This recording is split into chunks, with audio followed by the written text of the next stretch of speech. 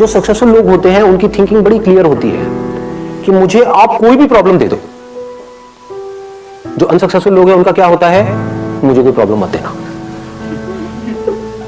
हे भगवान ये मत करना बस आप। भगवान जाकर के चढ़ावा चढ़ा रहे हैं मंदिरों में, समझ गए ना? ये किसकी निशानी है? अनसक्सेसफुल लोगों की निशानी है। अनसक्सेसफुल इन द सेंस जो डरे हुए हैं। जहां पर डर है वहां पर क्रिएटिविटी नहीं हो सकती। जो ये सोच सोच करके सोचेगा कि कहीं मैं कोई गलती ना कर दूं, कहीं मेरे साथ में कुछ गलत ना हो जाए, अब वो क्या सोचेगा? वो लिमिटेड दायरे में सोचेगा, वो सिर्फ सेफ्टी और सिक्योरिटी के बारे में सोचेगा। और आपको सेफ्टी और सिक्योरिटी दे करके ये दुनिया आपसे कुछ भी करवा लेगी, बांधने में 1 सेकंड लगेगा। ऐसे ही लोग बनते हैं, इन्हीं को अनसक्सेसफुल कहते हैं। वो बन जाते हैं, उन्हें क्या चाहिए? सेफ्टी एंड सिक्योरिटी, बस खत्म, और कुछ नहीं चाहिए।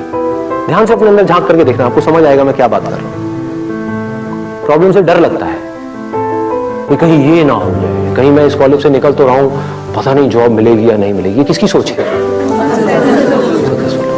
जो सक्सेसफुल लोग हैं वो क्या कहेंगे? जॉब मिले तो ठीक है, नहीं मिले तो ठीक है, मैं कुछ ना कुछ तो ढंग का कर ही लूंगा अपनी लाइफ में।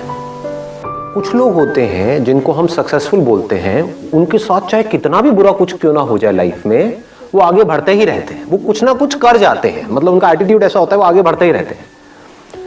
डिप्रेशन में जाते भी हैं तो थोड़ी सी देर के लिए जाते हैं, फिर बाहर आ जाते हैं। ऐसा नहीं है वो नहीं जाते हैं, ऐसा नहीं है फेलियर में उनको बड़ा मजा आ रहा होता है कि किसी चीज के बारे में प्लान किया, सोचा कई सालों तक कि मुझे ये करना है, फिर बुरी तरह से उसमें फेल हो गए। बुरा तो उनको भी लगेगा, इंसान है। लेकिन होता क्या है कि वो बड़ी जल्दी उस फेलियर से बाहर आ जाते हैं, बड़ी जल्दी डिप्रेशन से बाहर आ जाते हैं, बड़ी जल्दी स्ट्रेस से बाहर आ जाते हैं और आगे बढ़ जाते हैं। और कुछ लोग होते हैं जो डिप्रेशन में चले जाते हैं और बाहर नहीं आ पाते हैं। Depression is the result of wrong thinking and success is the result of right thinking. It is all about thinking. So we need to go deeply into this particular topic as in what is right thinking, how successful people think. ऐसा कभी कोई सोचता नहीं है। ना इस topic के बारे में किसी स्कूल में बात करी जाती है, ना कॉलेज में बात करी जाती है, ना हमारे घर पे बात करी जाती है। बात क्या करी जाती है? पढ़ो लिखो, ये करो वो करो, फिर ये करो वो करो वो करो। मतलब इट्स ऑल अबाउट करो करो करो करो करो करो करो करो करो करो करो करो करो, हार्ड वर्क करो करो करो करो, पढ़ो पढ़ो पढ़ो पढ़ो पढ़ो पढ़ो, लगे रहो लगे रहो लगे रहो लगे रहो। तो ये क्या है अगर इसको देखा जाए तो? अचर। ये वर्ड मैं अपने हर सेशन में बोलने वाला हूँ ताकि लोगों के दिमाग में घुसे कि मैं कह क्या रहा हूं, लोगों को समझ में आए।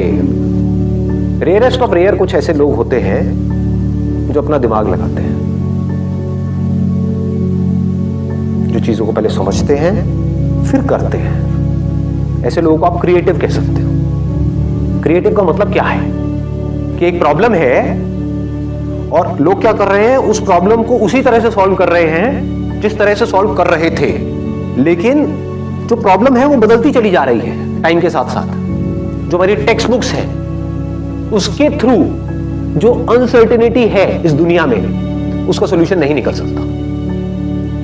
कुछ इंफॉर्मेशन आपके अंदर फीड करी जा रही है बट उसका रियलिटी से कोई डायरेक्ट कनेक्शन नहीं है। जैसे अगर आप सॉफ्टवेयर इंजीनियरिंग पढ़ रहे हो, 20 साल पुरानी बुक्स हैं, वही आप पढ़ रहे हो और 20 साल में टेक्नोलॉजी कहां की कहां पहुंच गई सर? 3 महीने में वेरी, हर 3 महीने में, हर 3 मिनट में आ रहा है। कुछ इंप्रूव हो रहा है, कुछ बेटर हो रहा है, पुराना ऑब्सोलीट हो रहा है। तो जो भी कुछ आप पढ़ रहे हो उसकी एक लिमिटेशन है, क्योंकि unless and until you are creative enough. What do we mean by creativity?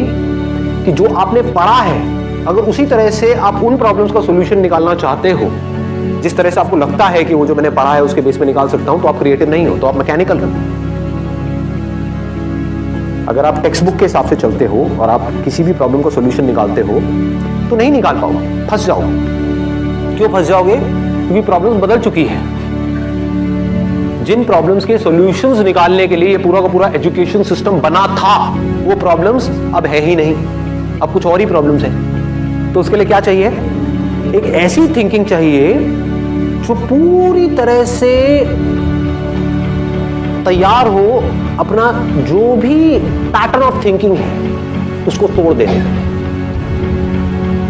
ये डिफरेंस होता है सक्सेसफुल लोगों की सोच में और उन लोगों की सोच में जो सक्सेसफुल नहीं होते। वो एक पैटर्न में घूमते रहते हैं और जो सक्सेसफुल लोग होते हैं उनका कोई पैटर्न ही नहीं है। There is no pattern.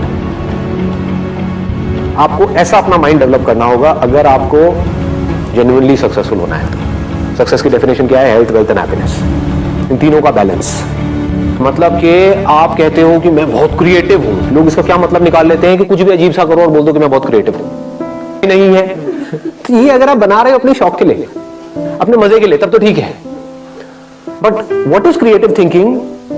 To find out the solution to a problem, to an existent problem.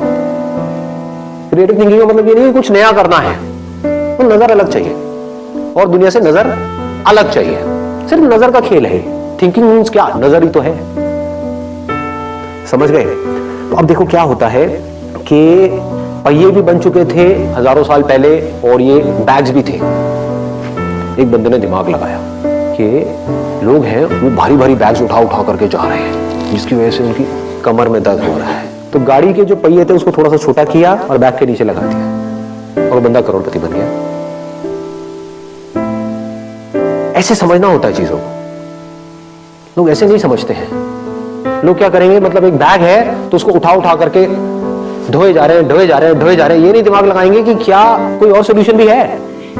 सोचो ना, हो सकता है उस बंदे को खुद को प्रॉब्लम आई हो कि मैं ये भारी बैग उठा करके लेके जा रहा हूं, तो उसने दिमाग लगाया हो कि मेरी ये प्रॉब्लम कैसे सॉल्व होगी, तो उसका दिमाग चल गया। और लोग क्या कर रहे थे, वैसा कुछ सोच ही नहीं रहे थे। सब ऐसे ही चलते हैं बैग उठा करके, ऐसे ही चलना पड़ता है, दुनिया ऐसे ही चलती है तो मैं भी ऐसे ही चलूंगा। कितना भी भारी हो मुझे चलते रहना है, मुझे हार नहीं माननी है, मुझे लगे रहना है खच्चरों की तरह। चाहे बैग को ऐसे पकड़ूं चाहे सर पे रखूं, लेकिन मैं तो चलता ही रहूंगा मरते दम तक, क्योंकि पूरी दुनिया ऐसे ही चल रही थी, चल रही है और ऐसे ही चलती रहेगी। ऐसी सोच किसकी है? अनसक्सेसफुल लोग, थके हुए लोग। और जो क्रिएटिव लोग होते हैं उनकी सोच क्या है? वो बोलते हैं ऐसी कोई दुनिया में प्रॉब्लम है ही नहीं जिसका कोई सोल्यूशन ना हो। If there is a problem there has to be a solution. बस उनकी सोच इतनी सी अलग है कि प्रॉब्लम क्या है, मुझे भारी उठा करके चलो, इसका सोल्यूशन क्या है पता नहीं। पहला तो थोड़ी यही आएगा ना माइंड में, पता नहीं। लेकिन जो अनसक्सेसफुल लोग होंगे वो क्या करेंगे, वो वहीं पे रुक जाएंगे। पता नहीं, ना मुझे पता है ना किसी और को पता है, पता होता तो इसका सोल्यूशन निकल गया होता। जो क्रिएटिव लोग हैं वो क्या करेंगे, मुझे पता नहीं है लेकिन मुझे पता लगाना है। कैसे होगा, कैसे होगा, कैसे होगा, कैसे। ध्यान से समझना क्या हो रहा है। क्रिएटिव थिंकिंग का एसेंस क्या है अगर फोकस नहीं है तो? फोकस कहां पर? प्रॉब्लम के ऊपर। प्रॉब्लम में ही सॉल्यूशन होता है। हम क्या कर रहे होते हैं, प्रॉब्लम से दूर भाग रहे होते हैं। अब इसको ध्यान से समझना।